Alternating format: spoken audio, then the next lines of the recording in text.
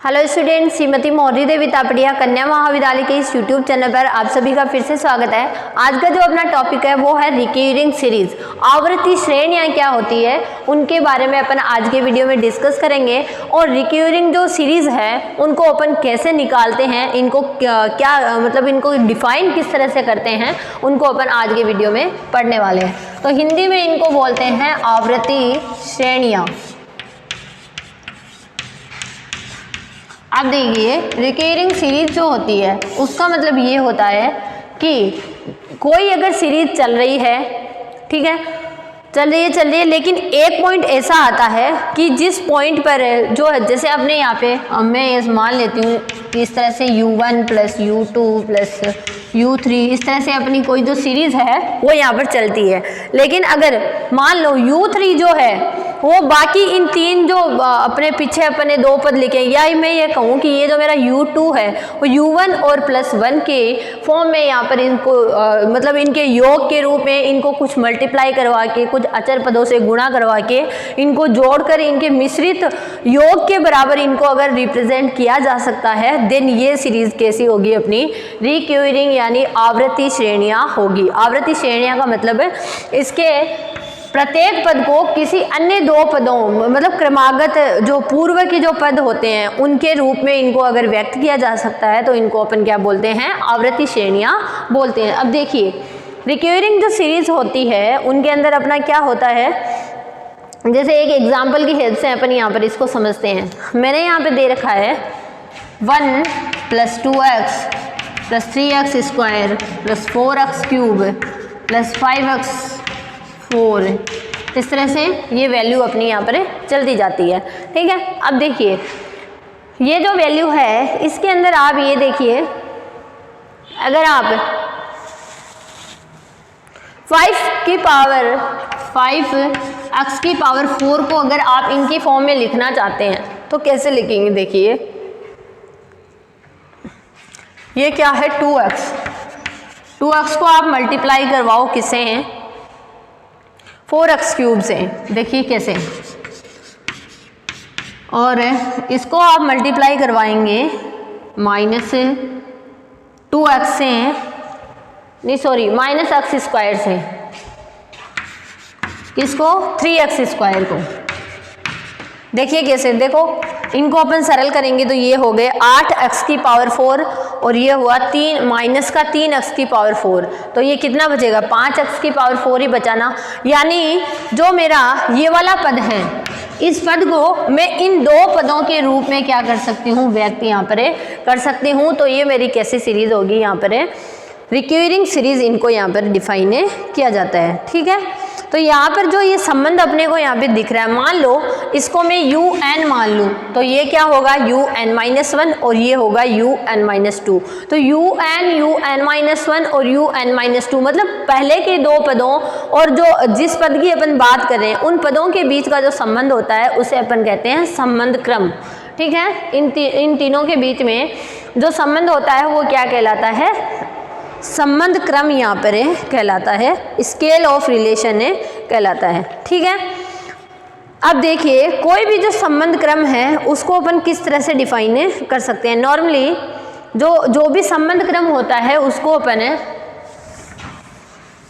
मान के जो चलते हैं, अपन किस तरह से चलते हैं किसी भी संबंध क्रम को, 1 minus px minus qx square. ये अपन संबंध क्रम जो है वो नॉर्मली किसी भी क्वेश्चन का आंसर निकालने के लिए अपन ये मान के चलते हैं कि ये संबंध क्रम अपना है और यहाँ से p और q के वैल्यू को अपन फाइंड आउट करते हैं और यहाँ से अपन रिकरिंग सीरीज के लिए संबंध क्रम को यहाँ पर निकालते हैं। देखिए, जैसे यहाँ पर अपने को एग्जाम्पल की हेल्प से इसको और अच्छे से समझने का कोशिश करते हैं। अपने को यहाँ पे दिया गया है कि कोई रिकरिंग सीरीज दे रखी है और उस सीरीज के लिए आपको संबंध क्रम में ज्ञात करना, जैसे 2 plus 5x plus 13x square plus 35x cube tends to, इस तरह से ये आपको गिवन है, ठीक है। अब यहाँ पर अपने को दो जो है वो इसका जो सबसे पहले संबंध क्रम जो मैंने आपको बताया वो संबंध क्रम मान लेते हैं। माना कि माना कि दी गई श्रेणी का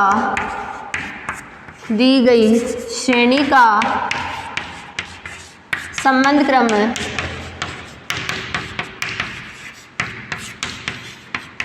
क्रम क्या है ये मान लेते हैं 1 minus P x minus Q x square है।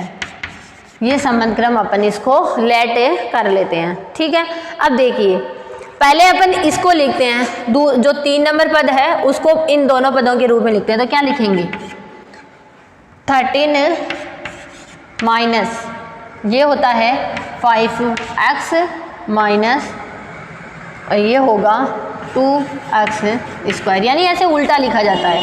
जो बड़ा वाला पद होता है उसको अपन एक की जगह लिखते हैं और जो 2 नंबर फिर ये वाला लिखा जाता है, फिर ये वाला लिखा जाता है, अगर अपन इसकी बात कर रहे होते हैं तो।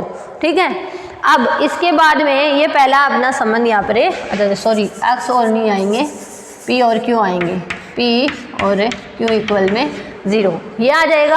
अब अगर अपन 35 के लिए लिखना चाहें तो क्या लिखेंगे 35 minus 13 p minus 5 q equal में 0। ये दो इक्वेशन अपन इस तरह से क्या कर लेते हैं, फाइंड आउट कर लेते हैं और इन दोनों इक्वेशन को अपन सॉल्व करके p और q की वैल्यू को फाइंड आउट करते हैं और p और q की वैल्यू फाइंड आउट हो जाएगी तो अपना संबंध क्रम जो है वो यहाँ पर अपने को मिल जाएगा।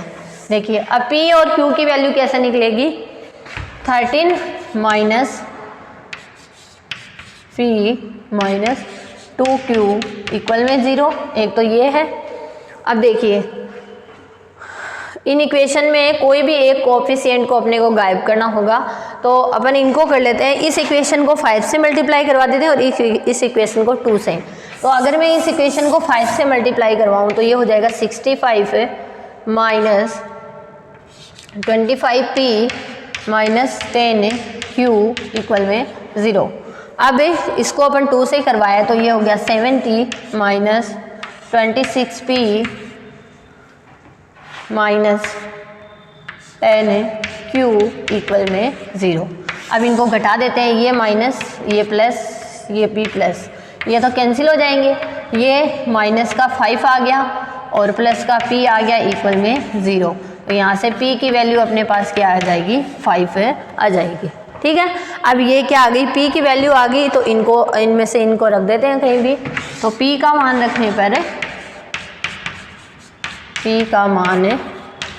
रखने पर क्या बन जाएगा ये 13 माइनस p का मान कितना है 5 ना, तो ये हो गया 25 माइनस 2q इक्वल में 0। तो 13 में से 25 गया, अपने पास बचा माइनस का 12 माइनस का 2q इक्वल में 0। अब देखिए यहाँ से q की वैल्यू जो है वो अपने को -6 जो है वो फाइंड आउट हो जाएगी। q की वैल्यू आ जाएगी 12/-2 यानी माइनस का 6। तो अपना जो स्केल ऑफ रिलेशन होगा वो क्या फाइंड आउट हो जाएगा यहाँ से। तो जो संबंध क्रम होगा वो क्या होगा, p की वैल्यू आ गई 5 और q की वैल्यू आ गई -6।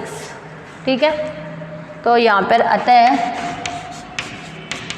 आवर्ती श्रेणी के लिए संबंध क्रम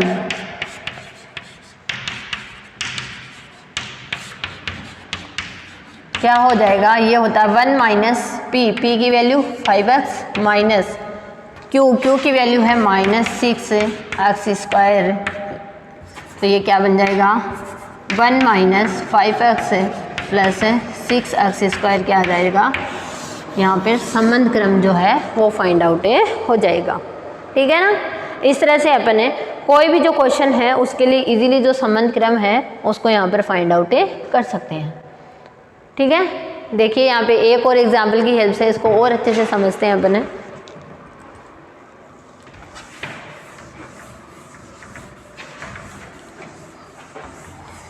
अगर यहाँ पे 1-2 पद अगर गायब भी हो, जैसे स्क्वायर के बाद सीधा ही क्या आ जाए x की पावर 2 के बाद x की पावर 4 आ जाए।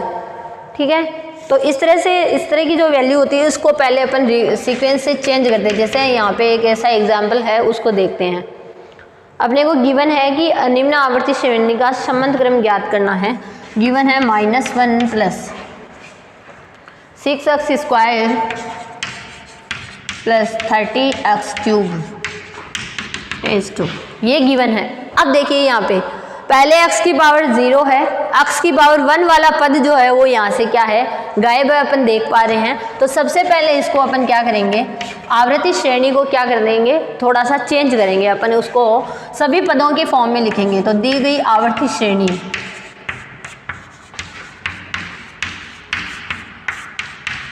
दी गई आवर्ती श्रेणी को अपन कैसे लिख सकते हैं, -1 प्लस x का पद यहाँ पे 0 है तो मैं 0.x लिख सकती हूँ यहाँ पे, plus 6x² plus 30x³ is 2। ठीक है, अब इसके लिए संबंध क्रम यहाँ पर लेट करते हैं और यहाँ पर संबंध क्रम की वैल्यू निकालते हैं। माना संबंध क्रम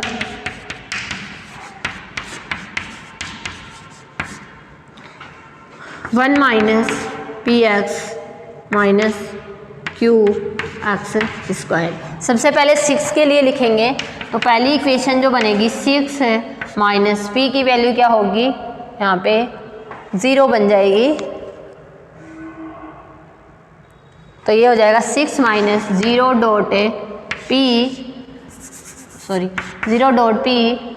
माइनस ये -1 है x², यही क्यूब,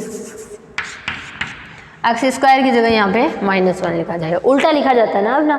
तो देखिए ये चीज़ लिखी गई है अपनी। अब देखिए इसको अपन सरल और इक्वल में 0। तो यहाँ पे जो इक्वेशन बनी वो क्या बनी, 6 + q इक्वल में 0, ये बनी। अब एक जो है वो इधर बनेगी 30 से, तो उसको क्या बनेंगे 30 - 6p माइनस 0.q इक्वल में 0। अब देखिए यहाँ से तो अपने क्या आ जाएगी, q की वैल्यू आ जाएगी। तो यहाँ से q की वैल्यू अपने पास आ जाएगी -6, और यहाँ से जो है वो p की वैल्यू आ जाएगी 30 - 6p इक्वल में 0। तो यहाँ से जो है वो p की वैल्यू क्या आ जाएगी अपने पास 30/6 यानी 5 जो है वो अपने पास यहाँ पर फाइंड आउट हो जाएगी। ठीक है, यहाँ से p जो है वो अपना फाइंड आउट हो जाएगा इजीली इस तरह से। अब देखिए p आ गया, अब p और q आ गया तो अपन संबंध क्रम को इजीली यहाँ पर लिख सकते हैं। तो अतः जो इसका संबंध क्रम होगा, अतः संबंध क्रम बराबर क्या हो जाएगा 1 - px।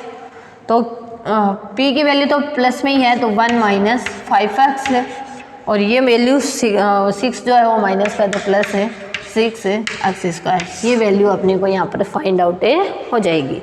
ठीक है, ये अपना जो अभिष्ट संबंध क्रम होगा वो अपने को फाइंड आउट हो जाएगा। ठीक है, इस तरह से अपन कोई भी जो सीरीज अगर अपने को गिवन है तो उसके लिए अपन क्या निकाल सकते हैं, संबंध क्रम जो है वो फाइंड आउट कर सकते हैं। ठीक है, तो ये था अपना आज का वीडियो जिसमें अपन ने रिक्यूरिंग सीरीज के बारे में डिस्कस किया है। आई होप आपको समझ आया होगा। आप इस वीडियो को ध्यान से देखिएगा और कुछ भी नहीं समझ में आता तो शेयर कीजिएगा। Thank you so much.